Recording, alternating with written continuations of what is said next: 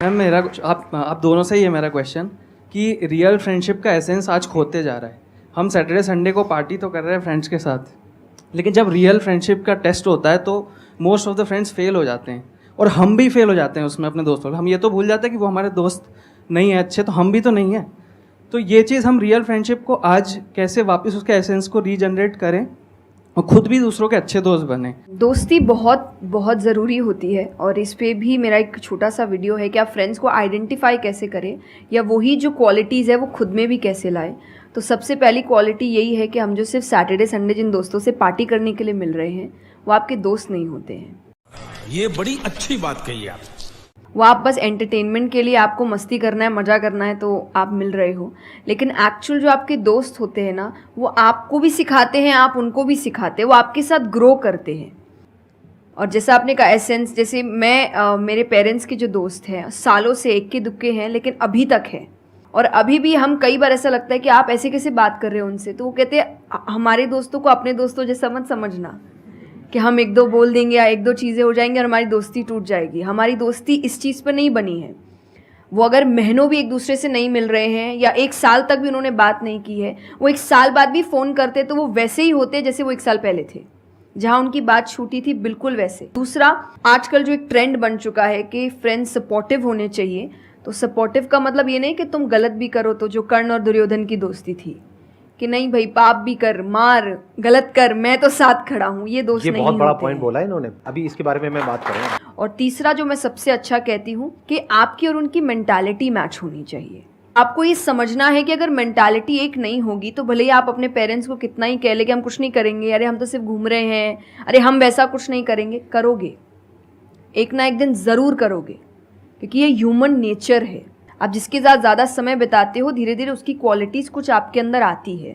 तो ज़रूरी है कि वो बिहेवियर, वो पैटर्न, वो मेंटालिटी, वो माइंडसेट मैच होनी चाहिए दोनों की, तभी आप एक साथ ग्रो कर सकते हैं। वरना वही सैटरडे संडे मिलना और ज़िंदगी ख़राब करना, यही हो पाएगा बस। ये समझना इतना इंपॉर्टेंट नहीं है कि दोस्ती क्या है, ये समझना ज़्यादा इंपॉर्टेंट है कि दोस्ती क्या नहीं है। अगर आपका जो दोस्त है वो कुछ गलत कर रहा है तो उसका साथ देना दोस्ती नहीं है, क्योंकि अगर आप गलत में भी उसका साथ दोगे तो वो और पावरफुल हो जाएगा, वो और बड़ा गलत काम करेगा। मानो आपका दोस्त पी करके गाड़ी चला रहा है, तो दोस्ती ये नहीं है कि उसको बोलना कि हाँ चल कर कर कर कर कोई नहीं, और बड़ा और बड़ा और बड़ा नहीं।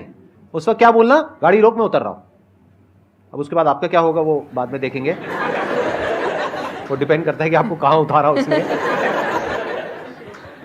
जो इन्होंने एग्जाम्पल दिया दुर्योधन वाला, बहुत इंपॉर्टेंट है वो समझना। ऐसे लोगों से दूर रहो, ये दोस्ती है। दोस्ती को तोड़ देना दोस्ती होता है बहुत बार। कई बार लाइफ में ऐसा पॉइंट आ जाता है जो एक धर्म संकट के जैसा होता है, जहां पर जा करके आपको साफ नजर आ रहा होता है कि ये जो इंसान है ये सिर्फ अपना ही नहीं मेरा भी सर्वनाश कर देगा। ऐसे लोगों को छोड़ देना दोस्ती है। फिर अगर उसके अंदर इंसानियत वापस से जागती है तो वापस से वो अगर आपके पास में आता है तो ठीक है, नहीं आता है तो कोई बात नहीं, छोड़ दो ऐसे दोस्त को। Hello sir, hello ma'am. Ma'am मतलब कई बार हम सुनते भी हैं, बहुत जगह देखते हैं और कई बार बहुत बार हम पढ़ते भी हैं। मैम मुझे ये पूछना है कि मैम भक्ति क्या है, मतलब भक्ति क्या होती है? आज ये ज़माना अलग हो गया है कि भगवान से भी लेन देन का मामला चल रहा है कि आप मेरा ये काम कर दो तो ये हो जाएगा, और काम एक भी नहीं हुआ तो भगवान बदल ले, कि वही कहीं और माथा टेकते हैं, यहाँ तो काम हो नहीं रहा। तो ये भक्ति नहीं होती।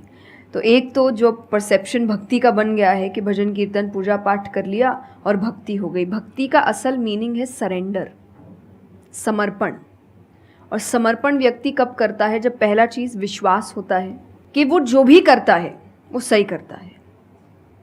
मुझसे कई बार लोग पूछते हैं कि आप बहुत ज़्यादा डिप्रेशन में नहीं जाते, या कोई आपने सब कुछ देखा है, चाहे स्ट्रगल है, इंसल्ट है, रिजेक्शन है, हर फील्ड में हर चीज़ होती है।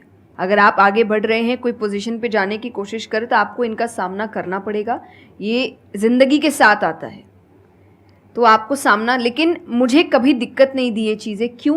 क्योंकि जो मैंने कहा समर्पण, मुझे पता है कि एक ऐसी शक्ति ऊपर बैठी है जो मेरा बुरा नहीं चाहती। तो कई बार बुरी चीज़ें भी मेरी ज़िंदगी में हो रही है, मुझे पता है वो मेरे अच्छे के लिए है क्योंकि वो कर रहा है। तो ये समर्पण, ये भक्ति है। अर्जुन ने भी जब समर्पण की बात गीता जी में आती है तो कई लोग कहते हैं कि धर्म का मतलब होता है अंधविश्वास। नहीं, क्योंकि अगर अंधविश्वास होता, अंधविश्वास में क्वेश्चन करना अलाउड नहीं होता आपको।